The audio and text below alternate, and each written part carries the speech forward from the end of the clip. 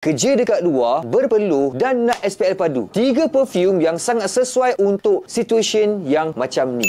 Pertama sekali, aku memperkenalkan Zindoor Aqua Forte. Sebab perfume ini kau pakai outdoor ke indoor ke, paling penting sekali, ketahanan dia sangat lasting. Lagi-lagi waktu berpeluh. It's fresh, attractive, zesty ke arah lime. Yang kedua, aku recommendkan go for Zindoor Hockey Sport. Masculine, attractive, refreshing dan juga aquatic scent. Perfume ni memang sangat best. Sebab aku pakai sendiri. Dah pakai masuk pergi gym. Aku pergi main futsal, pergi main bola atas padang. Paling penting sekali, aku pergi jogging pagi dan petang. Memang perform. Makin berpeluh, makin naik body. Yang ketiga, aku recommendkan perfume ini sangat special dan aku suka sangat and membawa karakter yang quite unique, but the thing is, dari ketahanan lebih perform. Memperkenalkan Zindoor.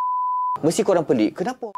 Pertama sekali, performance dia, projection, longevity, sangat-sangat beast mode punya level. Untuk korang semua, 3 perfume yang buatkan korang mampu untuk pakai pada waktu berpeluh dan juga waktu outdoor. Sekarang tengah ada promo, korang grab sekarang ataupun join Zindoor sekarang. Ciao.